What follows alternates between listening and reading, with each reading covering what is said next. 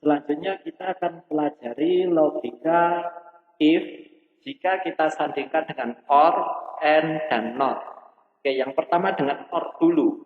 Or ini kondisi di mana jika misalnya ada dua syarat, salah satu syarat sudah terpenuhi, jadi bisa dua atau lebih, salah satu terpenuhi, maka kondisi tersebut akan terpenuhi. Misalnya begini, paling gampang contohnya, produk dikatakan laris apabila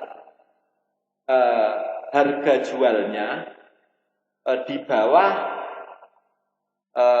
atau lebih kurang dari sama dengan 150.000 dan berani memberikan diskon di atas 15%. Ini misalnya produk dikatakan laris, contohnya itu. Jadi kondisi yang pertama apa? Harganya kurang dari sama dengan 150.000.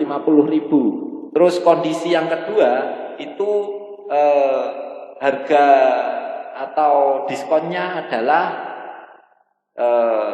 15% atau lebih dari sama dengan 15%. Untuk penulisan persentase, jadi kalau misalnya 15% ini 15% sama 20%. Jadi kalau dalam Microsoft Excel itu tandanya dibalik. Jadi 15% itu lebih kecil daripada 10% kalau dalam Microsoft Excel seperti itu. Oke, langsung saja kita coba or ini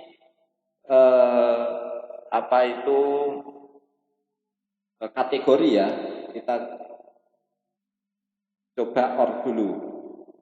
Oke. Jadi sama dengan if ya, kita sandingkan dengan or. Or tadi kondisi yang ingin kita gunakan apa ini? Oke, sorry. Belum kita kasih kurung lagi. Lebih besar, lebih kecil sama dengan 150.000. 2, 3. Atau kondisi yang kedua ini lebih kecil. Kalau kita berbicara prosentase seperti yang saya jelaskan tadi, ini harus lebih kecil. Jadi kalau lebih besar nanti 0% itu nilainya kalau dalam Excel itu lebih besar daripada 15%. Terus ini kita tutup. Ini kondisi apabila syaratnya terpenuhi yang laris. Apabila dua-duanya tidak terpenuhi, maka sebaliknya adalah biasa. Jangan lupa dikasih tanda petik, kasih tutup kurung. Oke. Bismillah. Ini biasa kan? Kita beragam. Ini yang laris adalah yang salah satu syaratnya terpenuhi. Ini malah yang paling bawah ini kedua syaratnya terpenuhi. Ini adalah logika or. Dan kebalikan dari or adalah and. And itu adalah kebalikannya. Kalau or tadi salah satu syarat terpenuhi, tapi kalau and ini kedua syarat harus terpenuhi. Misalnya sama, kita buat aturan yang sama. Kategori ya. Misal. Nah, misalnya gini. Dengan kondisi yang sama ya. Jadi produk dikatakan laris apabila harga jualnya kurang dari sama dengan 150.000 dan apa itu diskonnya kurang dari sama dengan lebih dari sama dengan 10%. Jadi itu dikatakan laris. Kita coba. Ini dengan rumus yang sama dengan if ya and ini kedua syaratnya harus terpenuhi. misalnya ini kita kurang dari sama dengan 150.000 ya, koma kurang dari lagi, kebalikannya kalau pakai persentase 15%.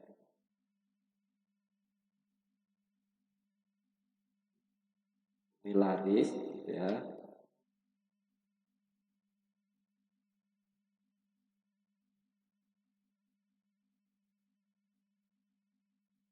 Ya, nah. Kita tutup kurung. Ini nanti hasilnya akan berbeda karena kedua syaratnya harus terpenuhi. Nah, semuanya akan masuk kategori biasa karena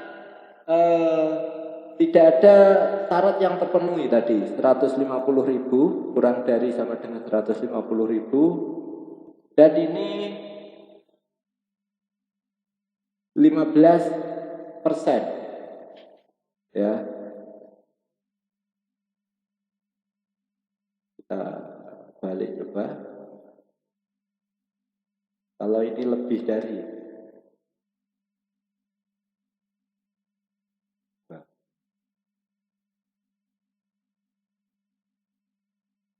ini sama kalau kita balik itu tadi, makanya berlaku kebalikan tadi. Ini sama. Kalau ini kita ini kurang dari dengan logika yang sama, itu akan menjadi biasa semua. Oke, ini kalau tentang N. Selanjutnya adalah not. Not ini adalah kebalikan.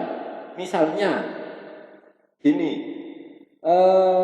dengan satu saja ya, produk dikatakan bukan laris lagi, dikatakan murah apabila harganya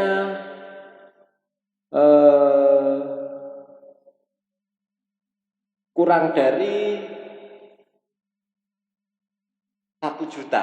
Berarti produk dikatakan murah apabila harganya kurang dari 1 juta. Jadi kebalikannya, produk yang harganya kurang dari 1 juta akan dikatakan mahal. Berarti sama dengan ya, if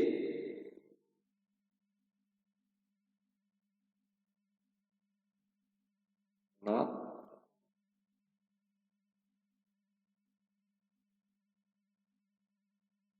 ya, ya.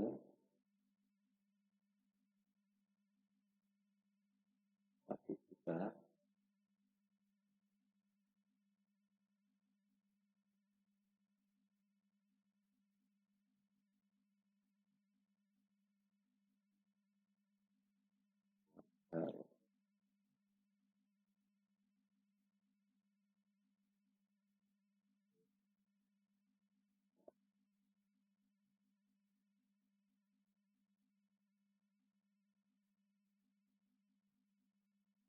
Oke, berarti yang tidak lebih dari 1 juta maka harganya mahal dan murah.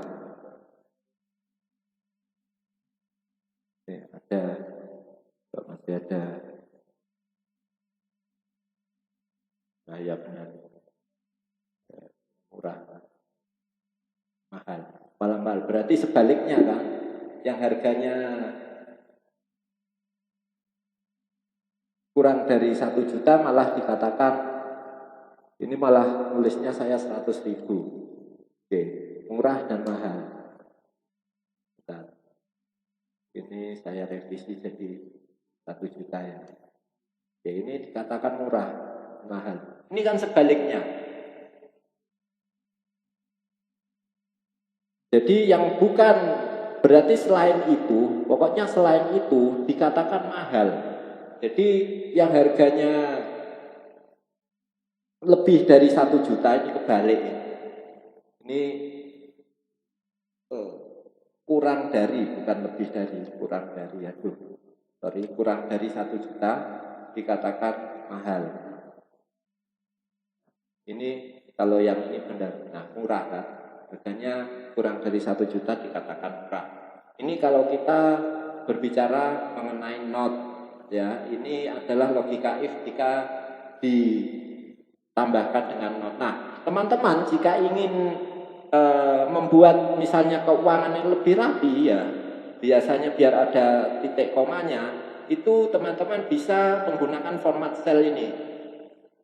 Nah, ini bisa menggunakan currency. Ini kita pilih saja IDR. Ini Indonesian rupiah ya. Jadi teman-teman bisa ini ada desimalnya. Ini hasilnya akan lebih rapi. Sama. Ini misalnya kita blok saja ya. Format selnya. Ini cara merapikan format sel.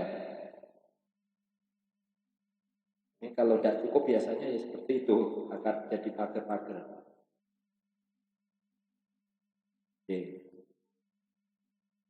Oke, kurang lebih itu mengenai tutorial Microsoft Excel yang bisa saya bagikan. Semoga bisa bermanfaat. Terima kasih. Saya akhiri perkuliahan pra semester yang pertama ini, pra UTS ini. Sampai jumpa di ujian tengah semester. Nanti ujian tengah semesternya saya berikan soalnya tidak jauh-jauh dari tutorial yang saya berikan ini. Saya cukupkan sekian, terima kasih, semoga bermanfaat. Wassalamualaikum warahmatullahi wabarakatuh.